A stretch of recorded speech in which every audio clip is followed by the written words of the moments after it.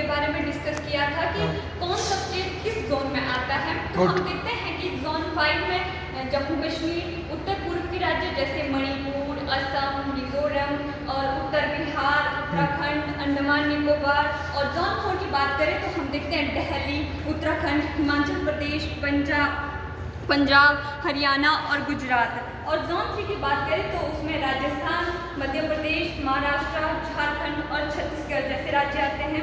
अगर जोन 2 की बात करें तो वहाँ पे आते हैं केरल, गोवा और तमिलनाडु। जोन 2 की हम देखें वहाँ पर बहुत कम चांसेस रहते हैं आने के, और सबसे ज़्यादा रहते हैं जोन 5 में, जैसे जोन 5, जोन 4 जिसमें हिमाचल प्रदेश, दिल्ली बताया मैंने, जम्मू कश्मीर, उत्तर पूर्व के राज्य बताए।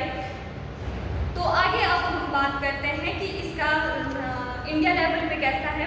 अच्छा, एक मिनट पूछते वाले बच्चों से, बेटे क्या आपके गांव में कभी कोई ऐसे लोग आए उन्होंने पूछा आपका घर भूकंप रोधी है या नहीं? कभी आपको याद हो? काफ़ी बड़े हो गए ना, कितने साल के हो गए आप 20 साल के तो होने वाले होंगे। कभी ऐसा कोई लोग आया? नहीं ना। आपके गांव में कोई आया इस तरह के पूछने की भी बेटे आपका घर भूकंप रोधी है या नहीं? नहीं, कभी नहीं ना। आपके गांव में बेटा कोई पूछने आया कभी? आप में से किसी बच्चे ने नया घर बनाया? पापा ने भी लेटेस्ट किसी ने कोई नया घर तैयार किया? किसी ने? आपने किया? तो जब आपके पापा ने वो घर बनाया आपसे पूछने आए कोई कि ये घर कैसे बन रहा है? सर मेरे को इसके बारे में पता नहीं, शायद, पर मेरे को लगता नहीं पूछते बेटा। मैं बताऊँ कोई नहीं पूछता, क्योंकि इस तरफ हमारा ध्यान ही नहीं है ना। हाँ, कोई खुद घर वाले अवेयर है, उन्होंने भूकंप रोधी बनवा दिया, दूसरी बात है, अदरवाइज लोग नहीं सोचते। देखो ना हमारी, मैंने सुना था बात करते हुए इस बारे में हाँ। कि भूकंप के लिए क्या क्या करना, पापा बात करी थी। अच्छा, तो अच्छी बात है, भगवान करे आपके पापा ने अच्छा किया, हम दुआ देते हैं एटलीस्ट आपको जिए, हम जिए। आगे बोलो, शाबाश। अगर हम इंडिया लेवल पे बात करें तो इसमें हम देखते हैं NDMA, national disaster management authority. शाबाश, हाँ लिख दो NDMA, है ना।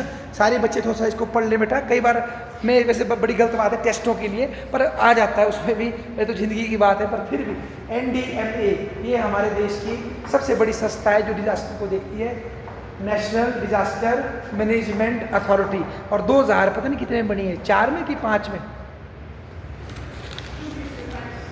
2005 में बनी है, ठीक है ना। शाबाश। और ये क्यों बनी थी?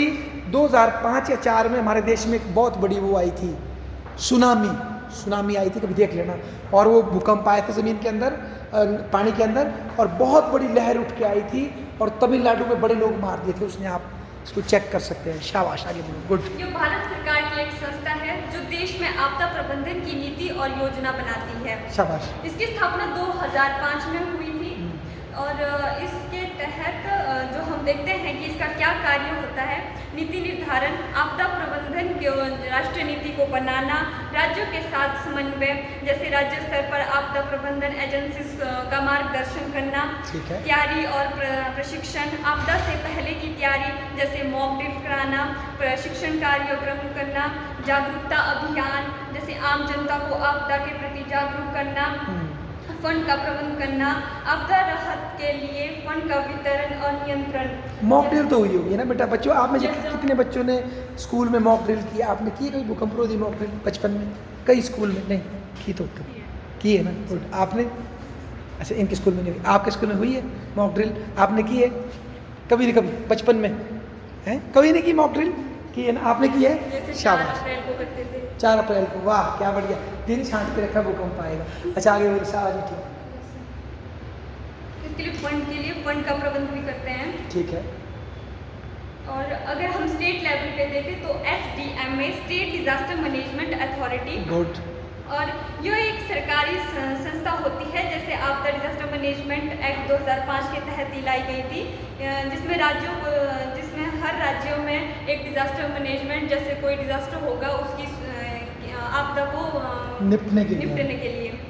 इसका कार्य भी सेम है, जैसे राज्य स्तर पर आपदा से निपटने की योजना बनाना, नीति तैयार करना और उन्हें लागू करना। शाबाश।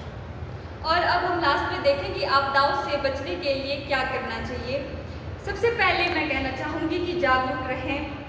अपने क्षेत्र में कौन कौन सी आपदाएं आती हैं, जैसे बाढ़ आती है तो उससे उससे पहले ही जानकारी रखनी चाहिए कि यहाँ पे बाढ़ आती है तो हमें किस तरह से ये करना चाहिए, और न्यूज़ देखनी चाहिए, टीवी रेडियो मोबाइल में मौसम वगैरह की न्यूज़ रखनी चाहिए।